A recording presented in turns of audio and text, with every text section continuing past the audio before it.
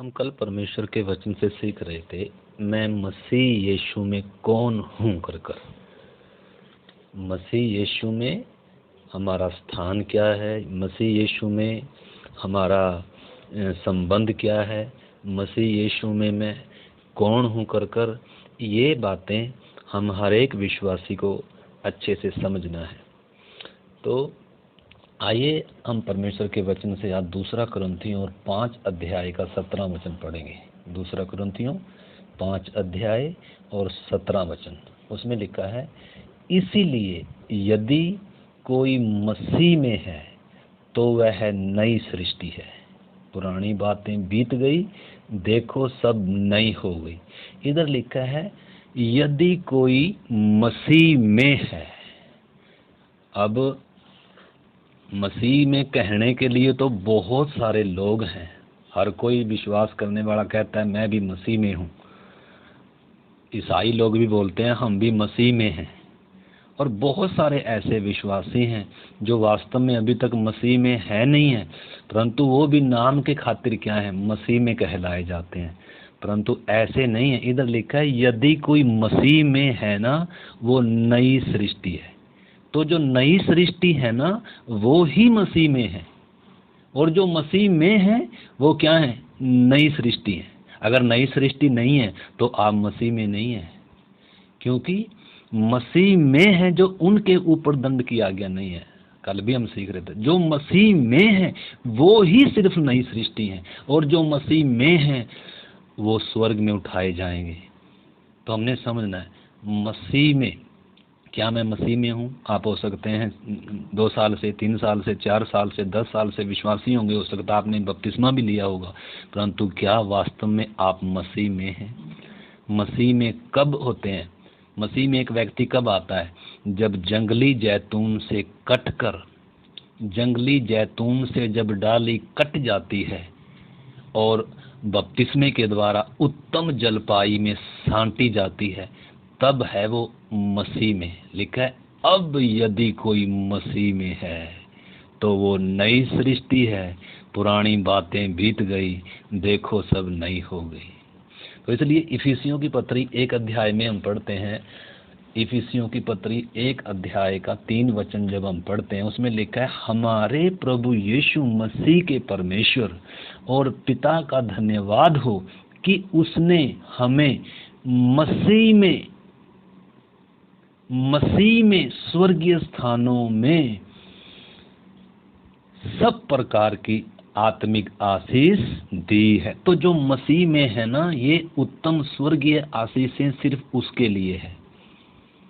हर कोई बोल सकते हैं विश्वासी कि मैं भी मसीह में हूँ, परंतु आपके बोलने से आप मसीह में नहीं है अगर आप जंगली जैतून से कटे नहीं हैं।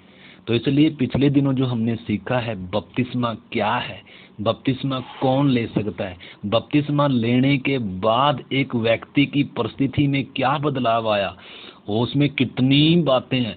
अब वो परमेश्वर के घराने के हो गए, अब वो पवित्र संतों के संगी हो गए, वो स्वदेशी, और क्या कितनी बातें देखी हमने। वो राजा हैं, हम कल भी देख रहे थे, मसीह यीशु में मेरा स्थान क्या है। तो जिन्होंने नया जन्म पाकर, उद्धार पाकर, पापों की क्षमा पाकर जो मसीह में जुड़ गए, जो जंगली जैतून से काटे गए, जो बपतिस्मे के द्वारा उसमें सांटे गए, जो उत्तम दाखलता में यीशु मसीह में जो सांटे गए हैं, उनके ऊपर दंड की आज्ञा नहीं है।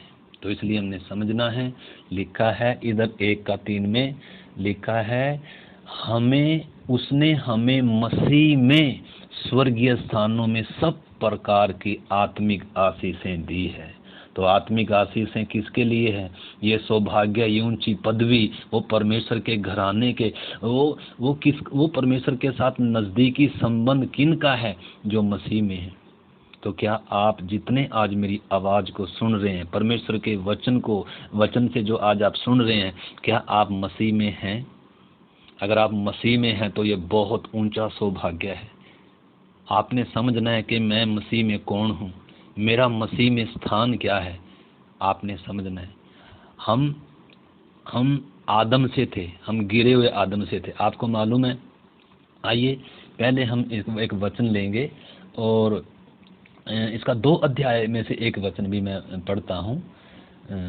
इफिसियों 2:1, उसमें लिखा है, उसने तुम्हें भी जिलाया जो अपने अपराधों में और पापों के कारण मरे हुए थे, जिनमें हम पहले इस संसार की रीति पर और आकाश के अधिकारी अर्थात हाकिम अर्थात उस आत्मा के अनुसार चलते थे जो अब भी आज्ञा न मानने वालों में काम करता है।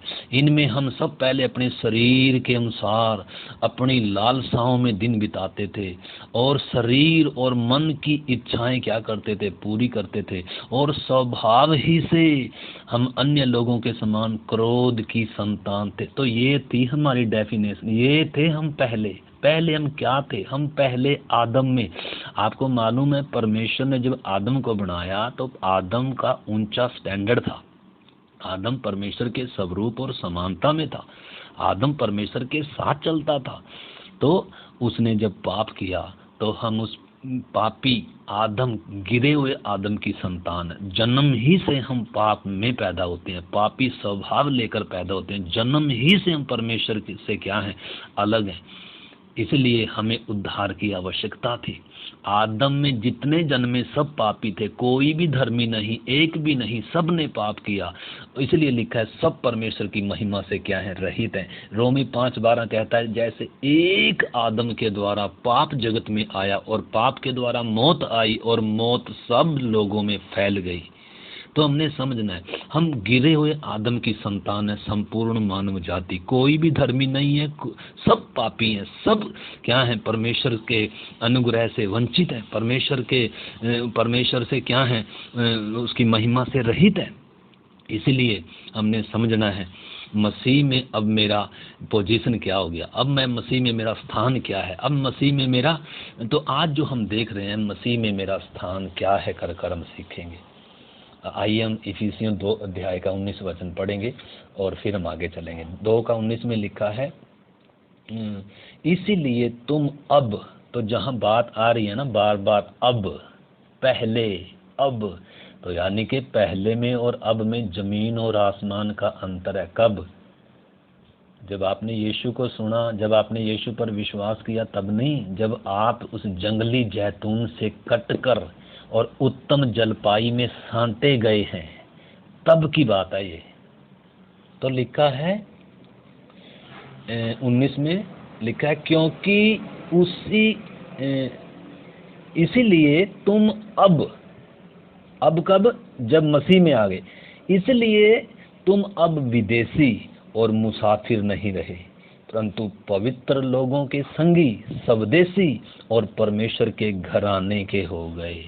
तो हमारा स्थान क्या है? हर एक व्यक्ति जो मसीह में सांटा गया है, जो उत्तम दाखलता में सांटा गया है, जो पाप के लिए मरकर, संसार के लिए मरकर, जो पानी में डूबकर, यानी कि उस मरे हुए को दफनाकर, और जो मसीह में जी उठा है, जिसने नए सिरे से क्या किया है, जीवन पाया, नया जन्म पाया। पहले हम माँ बाप से जन्मे थे, वो आदम में जन्मे थे, आदम में सब मरते हैं, लेकिन हम भी क्या थे, मुर्दा थे, परंतु मसीह में सब जिलाए जाते हैं, कुरिन्थियों में लिखा है। तो हमने समझना है आदम में सब मरेंगे, मुर्दा हैं आदम में सब, आत्मिक तौर पर मुर्दा हैं, शरीर में मरेंगे, और अनंत काल की मृत्यु है आदम। इसीलिए हर एक व्यक्ति की सबसे बड़ी और पहली जरूरत क्या है? यीशु मसीह है, उद्धार है, पापों की क्षमा है, नौकरी नहीं है आपकी सबसे पहली जरूरत, घर परिवार सुख शांति नहीं है आपकी सबसे पहली जरूरत, चंगाई आशीष नहीं है आपकी सबसे पहली जरूरत, आपकी सबसे पहली जरूरत यीशु मसीह है, पापों की क्षमा है, अनंत जीवन है, उद्धार है आपकी सबसे पहली और बड़ी जरूरत। आज बहुत सारे विश्वासियों को ये चीज का मालूम नहीं, विश्वासी तो हैं परंतु वो मसीह में नहीं है अभी तक। वो मसीह में इसलिए आए हैं आशीष पाने के लिए, चंगाई पाने के लिए, बरकत पाने के लिए, मसीह इसलिए नहीं आया। इसलिए तो लिखा है, यदि कोई मसीह में है तो वो नई सृष्टि है। क्या आप नई सृष्टि बन गए? क्या आप पुराने ही अभी तक? तो इधर हम देख रहे हैं, यदि कोई मसीह में है तो वो क्या है? परमेश्वर के घराने के हैं। पहले हम किसके घराने में थे? गिरे हुए आदम के घराने में से थे। हम जन्म ही से क्या थे? क्रोध की संतान थे। हम जन्म ही से क्या थे, पापी थे, पापी स्वभाव लेकर पैदा हुए, क्रोध की संतान थे हम, मुर्दा थे हम।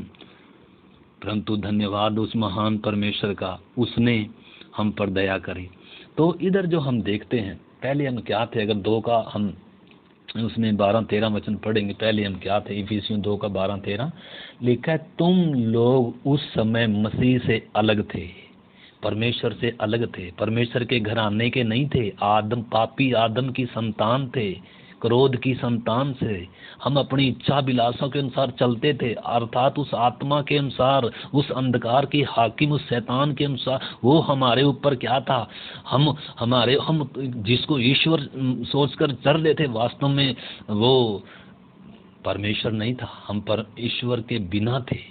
लिखा है तुम लोग उस समय मसीह से अलग और इज़राइल की प्रजा के पद से अलग किए हुए और प्रतिज्ञाओं की वाचा के भागी न थे और आशाहीन और जगत में ईश्वर रहित थे।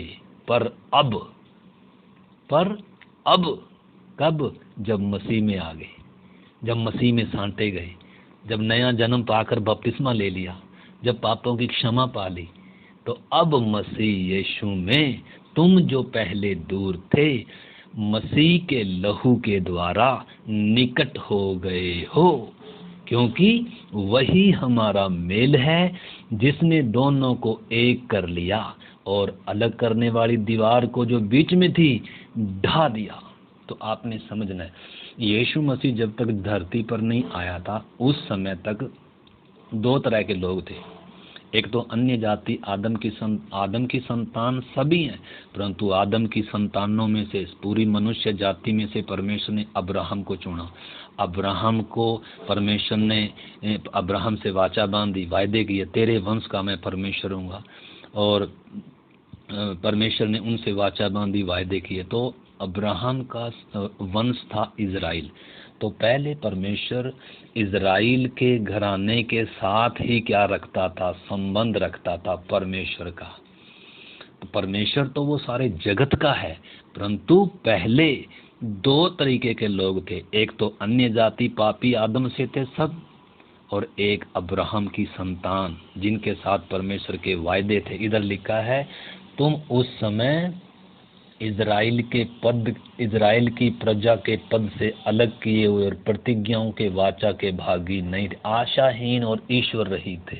तो हमने समझना है, न केवल हम पापी आदम से थे, बल्कि हमने समझना है, हम मतलब इस दोनों किसमें नहीं थे, इज़राइलियों में भी नहीं थे हम, बल्कि किसमें थे, पापी आदम में थे, पापी आदम की संतान थे। हमारा सौभाग्य नहीं था, इज़राइल को फिर भी सौभाग्य था। इज़राइल परमेश्वर के निकट था, परमेश्वर ने उनको कहा कि तुम मेरी क्या होगे, मेरे निज धन होगे, तुम याजकों का समाज होगे, तुम पवित्र प्रजा होगे, मैं तुम्हारा परमेश्वर होऊंगा, तुम मेरे लोग होगे। परमेश्वर ने उनसे वाचा बांधी थी, उनसे प्रतिज्ञा की थी, परंतु हमें तो वो सौभाग्य भी नहीं था। हम तो गिरे हुए पापी आदम की संतान थे, हम तो अन्य जाति थे, घृणित थे परमेश्वर की दृष्टि में, मूर्ति पूजक थे हम अन्य जाति थे, मुर्दा थे, हम ईश्वर के बिना थे, जबकि वो ही हमारा सृष्टि करता है, परंतु उससे हमारा कोई नाता नहीं था, कोई संबंध नहीं था, कोई मेल नहीं था। हम उसके बैरी थे, हम उसके विरोधी थे, हम उसकी इच्छा के विपरीत चलने वाले थे। तो परमेश्वर ने हम पर दया करके क्या किया, हम पर आखिरी आदम आया, यीशु मसीह आया, उसने हमें क्या दिया, उद्धार दिया, पापों की क्षमा दिया, हमें होश में लाया, हमें हमारे उद्धार की सबसे बड़ी आवश्यकता हमें बताई, पवित्र आत्मा ने हमें कायल किया, हमने मन फिराया, प्रभु ने हमारे जीवन में क्या किया, काम किया। तो मैं उन सारी बातों में नहीं जा रहा, कैसे आदम गिरा, कैसे पाप जगत में आया, कैसे पाप संपूर्ण मानव जाति में फैल गया, और परमेश्वर ने अब्राहम को चुना, उसके वंश को चुना, और कैसे परमेश्वर ने थोड़ा थोड़ा परमेश्वर के निकट आने का मनुष्य को मौका दिया था, परंतु तो भी बीच का पर्दा कभी नहीं हटा। इजरायलियों में से कोई भी परमेश्वर से मेल नहीं कर सका, कभी उनके पाप मिटाए नहीं गए, पाप तात्कालिक ढांपे जाते थे, और थोड़ा बहुत ही उनका क्या था, परमेश्वर के साथ वो नज़दीकीपन होता था, परंतु यीशु मसीह के द्वारा ही वो पर्दा फटा, वो दीवार टूटी और इंसान को परमेश्वर की संतान होने का क्या मिला? हक मिला। इसलिए लिखा, जितनों ने यीशु को ग्रहण किया उसने उन्हें परमेश्वर की संतान होने का हक दिया। तो यीशु पर विश्वास तो आज दुनिया करती है, परंतु यीशु मसीह को ग्रहण बहुत कम लोग करते हैं। यीशु मसीह को जो ग्रहण करेगा वो ही क्या होगा? नई सृष्टि, उसे ही परमेश्वर की संतान होने का क्या होगा? हक होगा। तो इधर हम देखते हैं, हम परमेश्वर के घराने के हैं। हमारा स्थान क्या है? जिन्होंने बपतिस्मा लिया है, जिन्होंने अभी बपतिस्मा नहीं लिया, नई सृष्टि नहीं बने, जिन्होंने नया जन्म नहीं पाया, अभी आप मसीह में नहीं है, अभी आपके ऊपर दंड की आज्ञा है। यीशु पे भले ही आप विश्वास करते हैं, क्योंकि आपने अभी तक यीशु को अपना जीवन नहीं दिया है, यीशु को अपने जीवन का प्रभु कर कर स्वीकार नहीं किया। आपने अभी तक क्या नहीं किया? अपने पापों के लिए, संसार के लिए आपने क्या नहीं किया? मन नहीं फिराया, मरे नहीं है, इसलिए आपने अभी तक नया जन्म नहीं पाया। इसलिए यीशु ने कहा, मैं तुमसे सच सच कहता हूँ, जब तक एक व्यक्ति नए सिरे से जन्म नहीं लेगा वो स्वर्ग के राज्य में प्रवेश नहीं करेगा। एक निकोदेमुस था, वो यीशु मसीह पर विश्वास करता था, पर वो यहूदी था, वो इजरायली था, वो परमेश्वर के सारी बातों पर, उनके वचनों पर, व्यवस्था पर चलने वाला था, यीशु पर भी विश्वास करता था। जब बाकी फरीसी लोग यीशु पर, महायाजक लोग यीशु पर विश्वास नहीं कर रहे थे, ये एक ऐसा व्यक्ति था निकोदेमुस, यीशु पर विश्वास करता था। रात को आया यीशु के पास और यीशु ने उसको क्या कहा? मैं तुमसे सच सच कहता हूँ भाई, जब तक तू नए सिरे से जन्म नहीं लेगा तो स्वर्ग के राज्य को चख भी नहीं सकता, देख भी नहीं सकता। तुझे आत्मा में जन्म लेना होगा, तुझे आत्मा से जन्म लेना होगा, परमेश्वर के वचन से, पवित्र आत्मा से तुझे क्या करना होगा? नया जन्म लेना होगा। तो उधर नए जन्म के बारे में यीशु ने अनिवार्य किया। यीशु पर खाली विश्वास करने से, बाइबल पढ़ने से, परमेश्वर को मानने से, परमेश्वर की स्तुति करने से, प्रार्थना में आने से, वचन पढ़ने से, दान दक्षिणा देने से आपका उद्धार नहीं होगा। आपके ऊपर से दंड की आज्ञा नहीं हटेगी जब तक आप मसीह में ना आए, जब तक आप मसीह में सांटे ना जाएं, जब तक आप संसार रूपी उस जंगली जैतून से काटे ना जाएंगे, तब तक आपके ऊपर परमेश्वर के न्याय की तलवार लटक रही है। परमेश्वर आपको मौका दे रहा है आज भी। आप क्या करें? अपने पापों से मन फिराएं, संसार के उस जंगली पेड़ से, उस जैतून से आपको काट रहा है परमेश्वर इस वचन के द्वारा। ये वचन तलवार है, इसलिए प्रभु कहता है मैं तलवार चलाने आया, मैं अलग कराने आया। किधर से अलग करता है परमेश्वर? इस संसार से, इन संसार के इस जंगली जैतून से काट रहा है परमेश्वर का वचन। आज जो भी मेरी आवाज़ सुन रहे, जो अभी तक कटे नहीं है, आपको आज परमेश्वर का वचन उस जंगली जैतून से काट रहा है। और आपने क्या होना है? आपने पाप के लिए, संसार के लिए मरकर और पानी में उस मरे हुए व्यक्ति को दफन कर कर बपतिस्मा लेकर और आपने उस मसीह में सांटे जाने की आवश्यकता है। ये है आपकी सबसे पहली आवश्यकता और ज़रूरत। नौकरी से बढ़कर, पैसे से बढ़कर, घर से बढ़कर, आपके रोटी खाने, कपड़े, मकान से बढ़कर, ये है आपकी आज सबसे पहली आवश्यकता। मेरे प्यारे भाई बहन, आपने समझना है। तो हम पहले क्या थे? पापी आदम की संतान थे। हमारा परमेश्वर से मेल संभव हुआ कैसे? कैसे संभव हुआ? जो पहले दूर थे, ये संभव कैसे हुआ? परमेश्वर ने हम पर दया नहीं करी। परमेश्वर ने हम पर, उदाहरण के तौर पर मैं बताता हूँ दया का मतलब। जैसे बहुत सारे बच्चे क्या होते हैं? अनाथ होते हैं, उनका कोई माँ बाप नहीं होता है, और वो सड़कों पर, ट्रेन में, स्टेशनों पर क्या करते हैं? कितने हम देखते हैं, जगह जगह भीख मांगते हैं और अपनी मर्जी से क्या करते हैं? नशे में, और ऐसे गंदे कपड़े डाले होते हैं, ऐसे होते, उनका कोई वारिस नहीं होता है। कुछ तो माँ बाप ऐसे होते हैं, मांगने खाने वाले, उनको ऐसे ही छोड़ देते हैं पैदा करके, और कुछों का क्या नहीं होता, कुछ वैसे ही लावारिस होते हैं।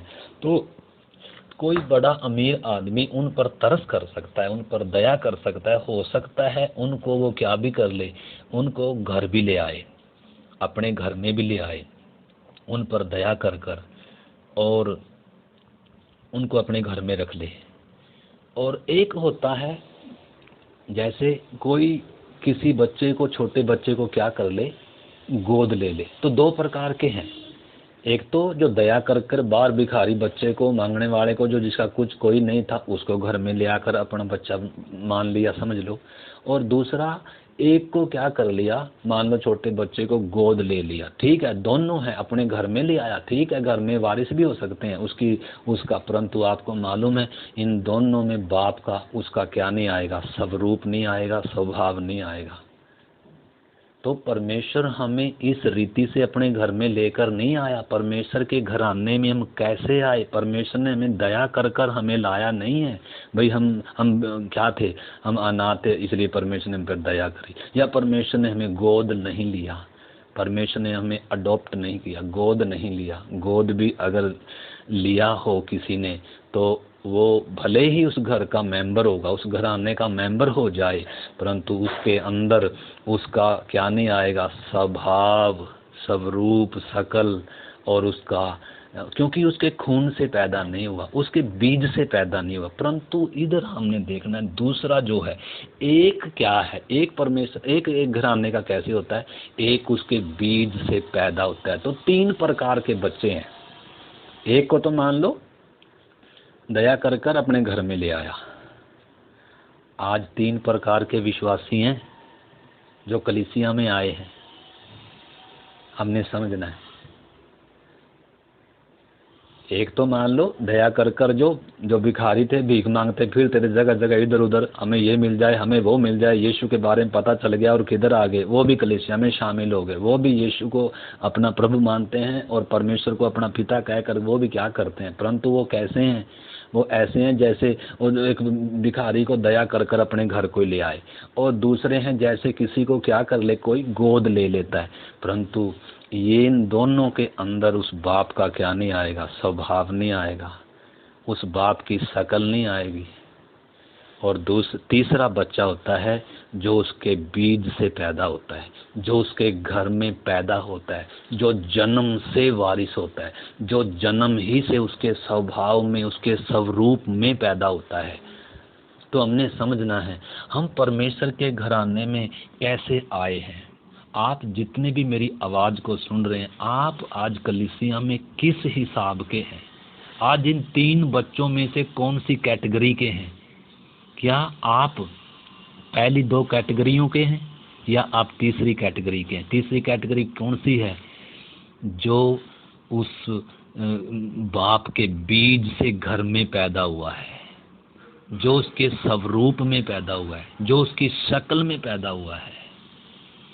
तो हमने समझना है हम परमेश्वर के घराने में कैसे आए, नए जन्म के द्वारा। जो नए जन्म के द्वारा नहीं आए ना, वो उनकी पहली 2 हालात है, या तो गोद लिए हुए हैं और या दया कर कर बेचारे और परमेश्वर तो दयालु है, सब पर दया करता है। यीशु के नाम में आशीष भी, वो चंगाई भी मिल गई और नौकरी भी मिल गई मान लो, और उन्होंने भी क्या कर लिया, यीशु पर विश्वास कर लिया। परंतु इधर निकोदेमुस को यीशु ने क्या कहा, मैं तुमसे सच सच कहता हूँ, ऐसे मेरे ऊपर विश्वास करने से, ऐसे मुझे मानने से, ऐसे बाइबल पढ़ने से, वचन पढ़ने से और परमेश्वर पर विश्वास करने से ऐसे क्या नहीं होगा, तू स्वर्ग के राज्य में प्रवेश नहीं करेगा जब तक नए सिरे से जन्म ना ले, जब तक जल और आत्मा से ना जन्मे। इसलिए लिखा है, हम कल भी देख रहे थे, जितने स्त्रियों से जन्मे उनमें सबसे बड़ा यूहन्ना बपतिस्मा दाता था, परंतु जो आत्मा से जन्मे हैं उनमें छोटे से छोटा भी यूहन्ना बपतिस्मा दाता से बड़ा है। हमने समझना, जो आत्मा से जन्मे, जो परमेश्वर से जन्मे हैं, उनकी पदवी कितनी ऊंची है, वो जन्म सिद्ध अधिकारी हैं परमेश्वर के घर के। हमने समझना है। तो हम परमेश्वर के घराने में कैसे आए हैं? आपका परमेश्वर के घराने में स्थान क्या है? मसीह में आपका स्थान क्या है? इधर हम परमेश्वर के घराने के विषय में देख रहे हैं। तो परमेश्वर के घराने में बहुत सारे लोग हैं, जैसे एक घराने में बहुत सारे लोग होते हैं, परंतु आप परमेश्वर के घराने में आपका स्थान क्या है? आप कौन हैं? कल हमने सीखा था मसीह में आप कौन हैं। आज हम सीख रहे हैं मसीह यीशु में आपका स्थान क्या है। परमेश्वर के घराने में आपका पोजीशन क्या है? क्या आपने वैसे यीशु को अपना प्रभु मान लिया बिना नए जन्म के? क्या आपने वैसे ही बपतिस्मा ले लिया बिना नए जन्म के? क्या आपके अंदर नई सृष्टि पैदा हुई? क्या आपके अंदर नया मनुष्य तो पैदा हुआ? नया मनुष्य तब अंदर पैदा होना अति जरूरी। परमेश्वर से मेल कैसे ही होता है? देखो इफिसियों की पत्री 2 अध्याय का 14 वचन में लिखा है क्योंकि वही हमारा मेल है जिसने दोनों को एक कर लिया और अलग करने वाली दीवार को जो बीच में थी ढा दिया, और अपने शरीर में बैर अर्थात वह व्यवस्था जिसकी आज्ञाएं विधियों की रीति पर थी मिटा दिया, कि दोनों से अपने में एक नया मनुष्य तब उत्पन्न करके मेल करा दे। एक नया मनुष्य तब उत्पन्न करके। अगर एक व्यक्ति के अंदर, पापी के अंदर अगर एक नई सृष्टि पैदा नहीं होती है, परमेश्वर से, आत्मा से, परमेश्वर के वचन से अगर एक नई सृष्टि अंदर उत्पन्न नहीं होती, नया मनुष्य तब उत्पन्न नहीं होता, तो उसका मेल अभी तक परमेश्वर से हुआ नहीं है। उसके अभी तक पापों की माफ़ी उसको अभी तक मिली नहीं है।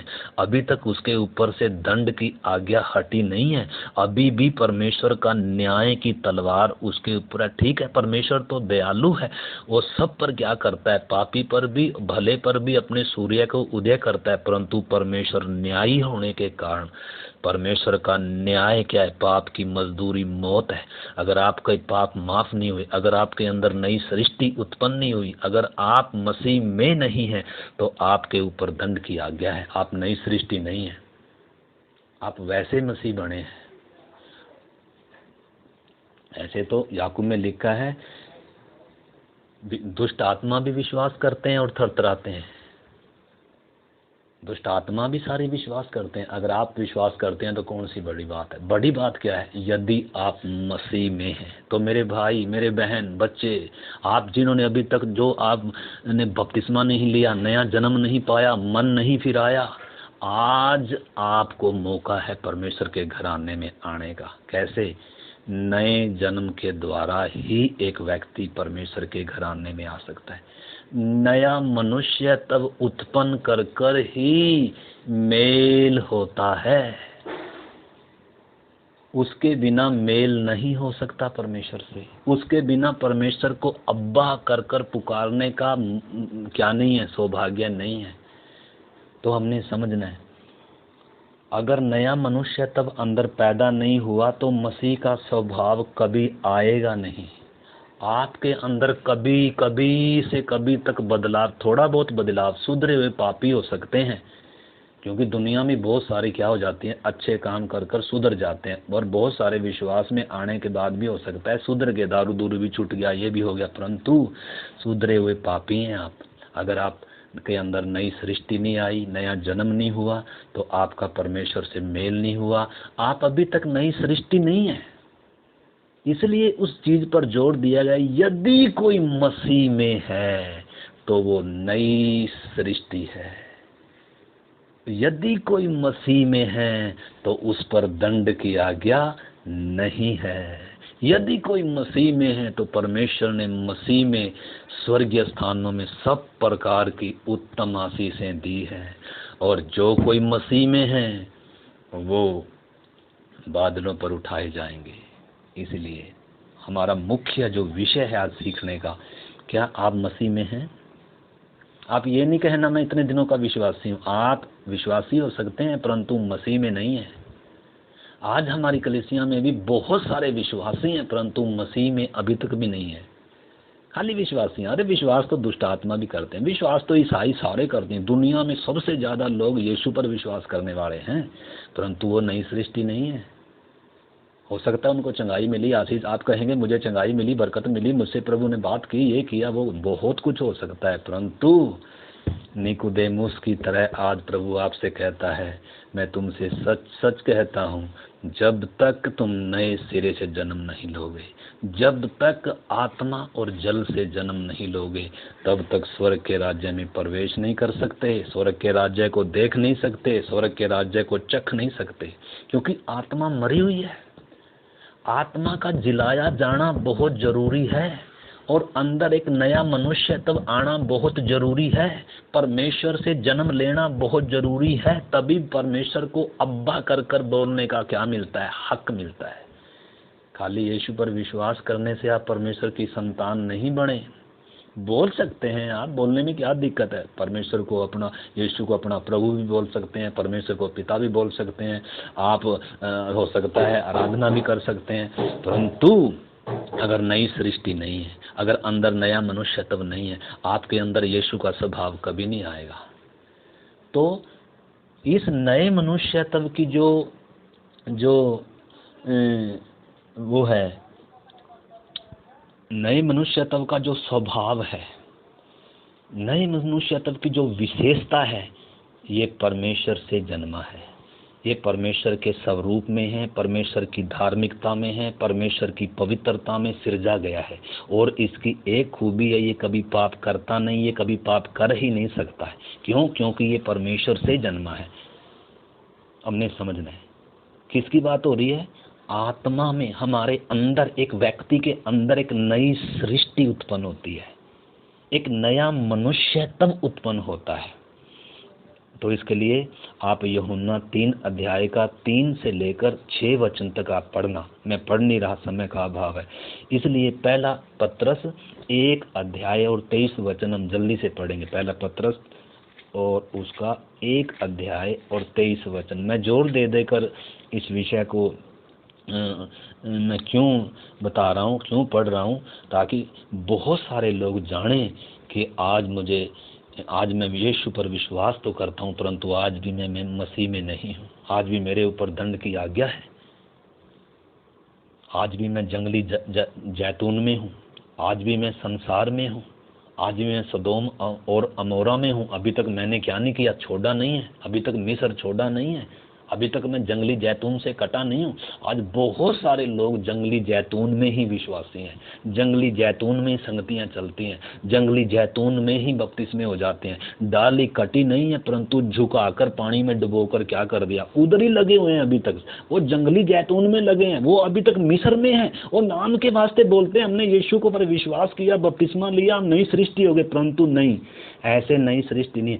आपको जंगली जैतून से काट कर पूरा अलग कर कर और पानी के कब्र में दफना कर और उस डाली को फिर उस उत्तम जलपाई में साँटा जाता है। इब्रानी 11 अध्याय का 17 से लेकर 22 तक पढ़ना।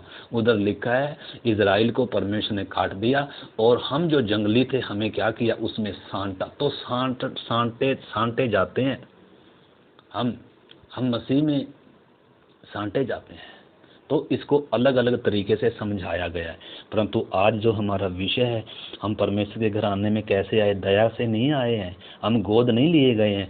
हम कैसे आए हैं, नए जन्म से। देखो इधर लिखा है पहला पत्रस 1:23 क्या कहता है, क्योंकि तुमने नासवान नहीं पर अविनाशी बीज से परमेश्वर के जीवते और सदा ठहरने वाले वचन से नया जन्म पाया है। तो परमेश्वर का वचन है परमेश्वर का बीज।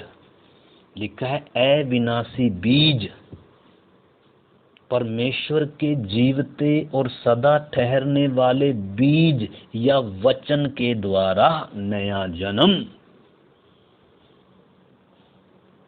ये परमेश्वर का बीज क्या है या ये वचन क्या है? अगर आप यूहन्ना 1 अध्याय का 1 वचन पढ़ेंगे, उसमें लिखा है आदि में वचन था, वचन परमेश्वर के साथ था, वचन ही परमेश्वर था और वो ही वचन क्या हुआ था, देहधारी। और उसी वचन के बीज से और पवित्र आत्मा से, जैसे मरियम की कोख में वो बीज लेकर आया पवित्र आत्मा और एक देहधारी हुआ, एक मरियम के गर्भ में एक क्या हुआ, एक वचन देहधारी। उसी प्रकार हमारी आत्मा के गर्भ में एक वचन और पवित्र आत्मा के द्वारा एक नई सृष्टि पैदा होती है, एक नया मनुष्य तो पैदा होता है, जो परमेश्वर की धार्मिकता में, जो परमेश्वर की पवित्रता में सिरजा गया है। जो कभी पाप नहीं करता वो पाप कर ही नहीं सकता। तो हमने समझना है, इस चीज को हमने अच्छे से समझना होगा। तो बच्चा पिता के स्वभाव और शकल लेता है हमेशा, और उसको सब क्या करते हैं, पहचानते हैं दूर से, ओहो ये तो उसका लड़का है, इसकी शकल, इसकी बातें और इसका स्वभाव किसके समान है, इसके बाप के समान है। उसी प्रकार हमारा स्वभाव बताएगा हम किसकी संतान है। हमारे स्वभाव से दिखेगा हम आदम की संतान हैं या परमेश्वर की संतान है। इसलिए लिखा है तुम्हारे कामों से लोग क्या कर लें, पेड़ अपने फलों से पहचाना जाएगा।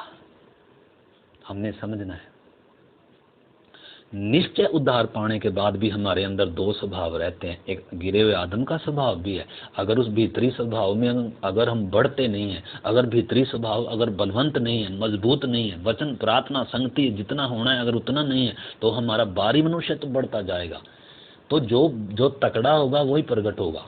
परंतु आपने समझना है कि जब बीज से हम पैदा होते हैं तो उस पिता का स्वभाव तो एक नया स्वभाव आता है। उद्धार के दिन क्या आता है, एक नया स्वभाव आता है, यीशु मसीह का स्वभाव आता है, दुश्मनों से प्रेम करने वाला स्वभाव आता है, बैरियों के लिए प्रार्थना करने वाला स्वभाव आता है, और पड़ोसी से प्यार करने का स्वभाव, परमेश्वर से प्यार करने का स्वभाव। जो पहले बिल्कुल क्या था, विपरीत था, परमेश्वर के बैरी थे, परंतु जब नई सृष्टि हुई तो वो अंदर एक नया स्वभाव आया। अंदर वो स्वभाव किसका है, वो भीतर के नए मनुष्यत्व का स्वभाव है। वो परमेश्वर की आदत दिखाता है, उसमें परमेश्वर का स्वभाव है, उस यीशु मसीह की तरह है वो। तो इसलिए वो एक एक दिन क्या होता जाना है, बढ़ते जाना है। इसे लिखा है अपने अपने उद्धार के काम को डरते और कांपते हुए क्या करते जाओ, पूरा करते जाओ। उस भीतर आए नए मनुष्यत्व ने क्या होना है, बढ़ते बढ़ते बढ़ते बढ़ते जाना है। हमारे ऊपर उसने पूरा क्या करना है, नियंत्रण करना है। आदम का स्वभाव हमारे में दिखना नहीं है, परंतु वो स्वभाव हमारे में आना। जैसे मसीह यीशु का स्वभाव था वैसा ही तुम्हारा भी हो, वचन में लिखा है। तो रोमी 8 का 15 वचन भी हम पढ़ते हैं। रोमी, हम प्रार्थना करेंगे जल्दी। रोमियों की पत्री 8 अध्याय और उसका 15 वचन। इधर लिखा है, क्योंकि तुमको दासत्व की आत्मा नहीं मिली कि फिर भयभीत हो, परंतु लेपालकपन की आत्मा मिली, जिससे हम हे अब्बा, हे पिता कहकर पुकारते हैं। और आत्मा आप ही हमारी आत्मा में गवाही देता है कि हम परमेश्वर की संतान हैं। पवित्र आत्मा हमारी आत्मा के साथ मिलकर गवाही देगा कि हम परमेश्वर की संतान हैं। हमें अब्बा पिता कर कर पुकारने का क्या है, एक अंदर से स्वभाव है, अंदर से हमें हक है, अधिकार है। हम परमेश्वर को अब्बा कर कर पुकारते हैं, पिता कर कर। कैसे, हम गोद नहीं लिए, हम पर दया कर कर नहीं लाया अपने घराने में, बल्कि उसके बीज से पैदा हुए हैं। जैसे यीशु पैदा हुआ था वचन से, पवित्र आत्मा एक वचन देहधारी, वैसे ही हमारे अंदर जो मसीह में है, मैं उनकी बात कह रहा हूँ, उनके अंदर नया मनुष्यत्व आया है। इसलिए उनका परमेश्वर से मेल हुआ, इसलिए उन्होंने एक नया स्वभाव पाया। इसलिए मसीह में जब एक व्यक्ति आता है, नई सृष्टि हो गया, उसको नया वस्त्र मिला, उसको नया मन मिला, उसको नया हृदय मिला, और उसको नया मार्ग मिला, उसको नया भोजन मिला। क्योंकि पहले क्या था, मुर्दा था, पहले शारीरिक व्यक्ति था, मन और शरीर की इच्छाओं के अनुसार चलता था, अंधकार के हाकिम के वश में पड़ा हुआ था, मुर्दा था पापों अपराधों के कारण। परंतु जब जिलाया गया और जब इसके अंदर एक नया मनुष्य तब आया, तब तो पूरी परिस्थिति ही क्या होगी, बदल गई। इसलिए लिखा है, तुम पहले क्या थे परंतु अब क्या है। अब में और पहले में जमीन और आसमान का अंतर है। इस चीज को हमने समझना होगा। इसलिए हे अब्बा कहने का क्या मिल गया, हे पिता कहकर परमेश्वर को पुकारने का क्या मिल गया, हक मिल गया। दास को अब्बा कहकर पुकार नहीं सकता। पहले व्यवस्था में दिया था, कोई भी दास मालिक को क्या नहीं कह सकता, अब्बा नहीं पुकार सकता। क्यों? क्योंकि अब्बा कहने से वो क्या कहलाएगा, घर का अधिकारी बन जाता है। इसलिए दास को अब्बा पिता कहकर पुकारने का हक नहीं होता है। परंतु जो बाप से जन्मा है, जो बेटा है, जो उस घर में पैदा हुआ है, उसकी दलेरी कितनी, जो गोद लिया उसकी भी इतनी दलेरी नहीं होती, जो दया करके घर में ले आए जिसको, उसके अंदर भी इतनी दलेरी नहीं होती है, उसके अंदर पिता उसका स्वभाव नहीं आता है, उसकी शक्ल नहीं आती है, लोग कोई नहीं कहेगा देख करके ये उसकी संतान है, ये उसके स्वभाव में है, ये उसके स्वरूप में है, इसके अंदर उसकी आदत, कोई नहीं कहेगा। परंतु जो बीज से जन्मा है, जो घर में पैदा हुआ है, वो कहलाया जाता है कि ये उस फलाने की संतान है, इसके अंदर उसकी शक्ल दिखती है, इसके अंदर उसका स्वभाव है। तो इसलिए हमने समझना है हर एक व्यक्ति जिसने नया जन्म पाया है उसके घराने का है, उसके घराने का है। और इस घराने का सिर कौन है? इस घराने का सिर परमेश्वर है। इसलिए बीमारी, कष्ट, गरीबी आते समय, दुख तकलीफ आते समय, निंदा बदनामी सतावट आते समय, विरोध आते समय हमें पहचानना है कि मेरा स्थान क्या है, मसीह में मैं, मेरा घराना क्या है, मेरा स्थान क्या है। अगर ये बात हर समय अंदर रहेगी कि मेरा स्थान क्या है, फिर कभी क्या नहीं आएगी, निराशा नहीं आएगी।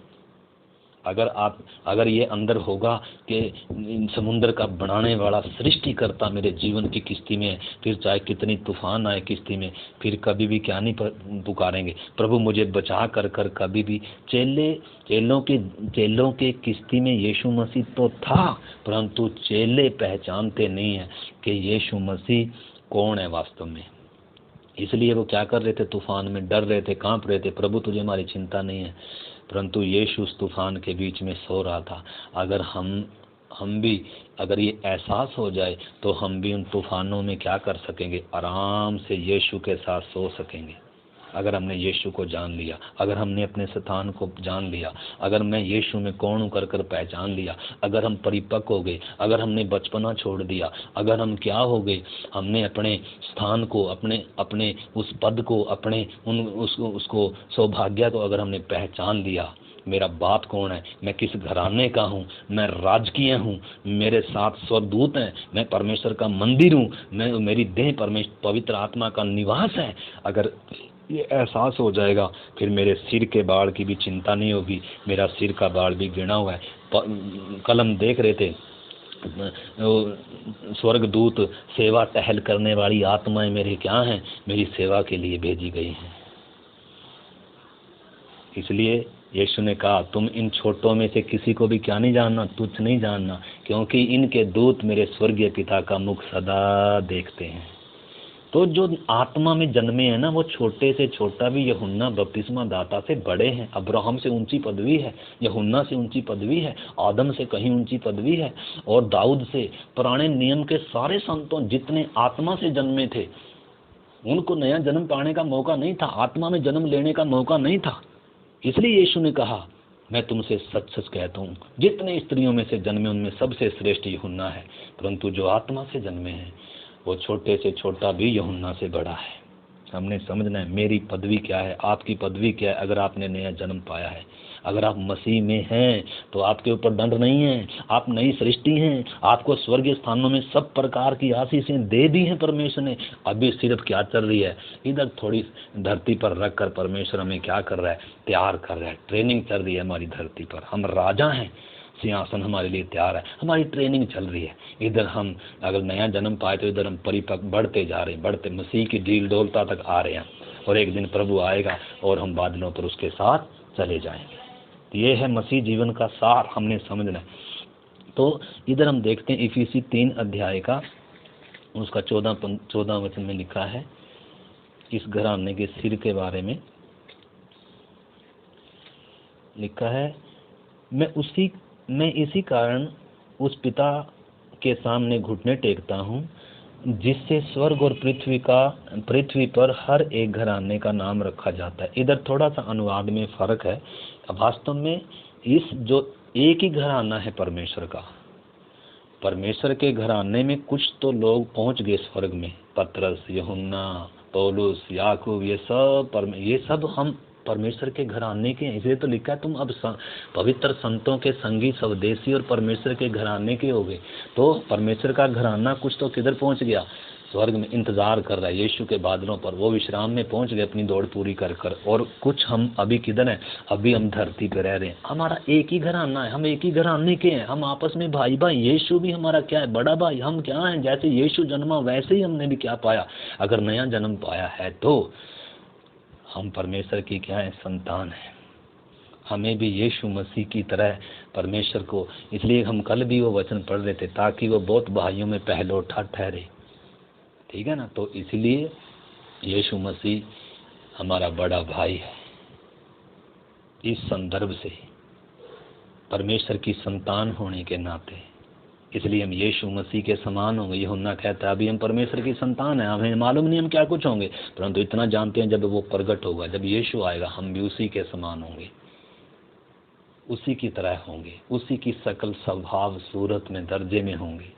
तो इसलिए जो इन्हीं दिनों तैयार हो रहे हैं, जो इन्हीं दिनों भीतरी मनुष्यत्व में बलवंत हो रहे हैं, जो इन्हीं दिनों क्या हो रहे हैं, इसीलिए इसमें आगे इसमें लिखा है 16 वचन में लिखा है कि वह अपनी महिमा के धन के अनुसार तुम्हें यह दान दे कि तुम उसके आत्मा से अपने भीतरी मनुष्यत्व में, उस नए मनुष्यत्व में सामर्थ पाकर बलवंत होते जाओ, बलवंत होते जाओ। तो इसलिए इस सच्चाई को हमने पहचानना है। सृष्टिकर्ता परमेश्वर मेरा पिता है, मैं उस परमेश्वर के घराने का सदस्य हूँ, मैंने उसके बीज से नया जन्म पाया है। दया कर कर मैं उसके घर में आया नहीं हूँ, मुझे गोद नहीं लिया गया, बल्कि मैं जन्म से उसके घर का अधिकारी हूँ। यीशु मसीह का संगी वारिस हूँ मैं। मुझे भी पिता को अब्बा कर कर पुकारने का परमेश्वर को क्या है? हक है। मैंने भी यीशु को ग्रहण किया, वचन ग्रहण किया, मैंने भी नया जन्म पाया, इसलिए मुझे परमेश्वर को पिता कहने का क्या मिला है? हक मिला है।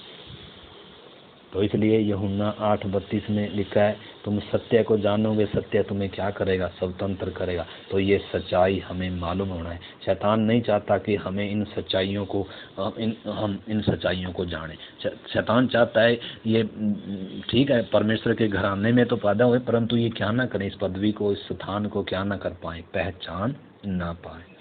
तो एक दास में और एक बेटे में बहुत क्या होता है? फर्क होता है। पुराने समय के संत कोई भी परमेश्वर की संतान होने का उनको क्या नहीं था? सौभाग्य नहीं था। तो हमारा उनसे कितना ऊंचा सौभाग्य है, कितना गर्व की बात है हमें। तो इसलिए प्रकाशित वाक्य 21 अध्याय में लिखा है कि एक दिन आ रहा है, परमेश्वर बेसब्री से क्या कर रहा है? इंतज़ार कर रहे हैं। अपने घराने के साथ क्या करेगा? वो अब अपने लिखा है उनके साथ क्या करेगा? वास करेगा। तो ये है मसीह में आशा, ये है मसीह में उम्मीद। परमेश्वर बेसब्री से युगों से इंतज़ार कर रहा है। इसे लिखा है प्रकाशित वाक्य 21 अध्याय में कि इसका हम पढ़ते हैं 3 से लिखा, फिर मैंने सिंहासन में से किसी को ऊंचे शब्द से यह कहते हुए सुना, देख परमेश्वर का डेरा मनुष्यों के बीच में है, और वह उनके साथ डेरा करेगा, और वे उसके लोग होंगे, और परमेश्वर आप ही उनके साथ रहेगा और उनका परमेश्वर होगा, और वह उनकी आंखों से सब आंसू पोंछ डालेगा, और उसके बाद मृत्यु न रहेगी, न शोक, न विलाप, न पीड़ा, और सब बातें जाती रही। और जो सिंहासन पर बैठा था उसने कहा, देख मैं सब कुछ नया कर देता हूँ। फिर उसने कहा, लिख ले, क्योंकि ये वचन विश्वास के योग्य और सत्य हैं। तो उसने नई सृष्टि बना दिया, नया कर दिया। अभी हम अपने पिता परमेश्वर के घराने में अब्बा पिता कर कर बोलने का हक मिल गया। यीशु मसीह हमारा बड़ा भाई है। जैसे यीशु जिया, जैसे यीशु चला, अब मैंने वैसे चलना है। मैंने भी पिता को प्रसन्न करने वाला जीवन बिताना है। मेरे अंदर भी यीशु मसीह का पूरा स्वभाव आना है। मैंने भी मसीह की डील डोलता तक बढ़ना है। यही है मसीह जीवन का लक्ष्य और यही है मसीह जीवन की आशा। हमारा प्रभु अति शीघ्र बादलों पर आएगा और हम उसी के समान होंगे। आइए हम प्रार्थना करते हैं। जिन्होंने अभी तक बपतिस्मा नहीं लिया, जो अभी तक सिर्फ विश्वासी हैं परंतु मसीह में आप नहीं हैं, आज आपको भी अवसर है, आप भी मसीह में आ सकते हैं। अगर आप मसीह में नहीं हैं तो आपके ऊपर दंड की आज्ञा है। अगर आप मसीह में नहीं हैं तो आप नई सृष्टि नहीं है। अगर आप मसीह में नहीं हैं तो इन सारी आशीषों से आप वंचित हैं। आप विश्वासी हो सकते हैं, परंतु महत्वपूर्ण विषय क्या है? यदि कोई मसीह में है तो नई सृष्टि है। तो इसलिए विश्वासी होना कोई अर्थ नहीं रखता अगर आपने नया जन्म नहीं पाया, अगर आपके अंदर एक नई सृष्टि परमेश्वर से, अगर परमेश्वर के स्वरूप और समानता में आपके अंदर एक नया मनुष्य तो उत्पन्न नहीं हुआ। तो आज अवसर है, आज मौका है, प्रार्थना कर सकते हैं। प्यारे प्रभु, धन्यवाद आज के वचन के लिए। हर एक सुनने वाले के जीवन में आज का वचन काम करे प्रभु। इस ऊंचे सौभाग्य को पहचानने के लिए प्रभु, अपने स्थान को पहचानने के लिए मदद कर प्रभु। आपके हाथ में सौंपते हुए यीशु मसीह के नाम से प्रार्थना को मांगते हैं, आमीन। God bless you.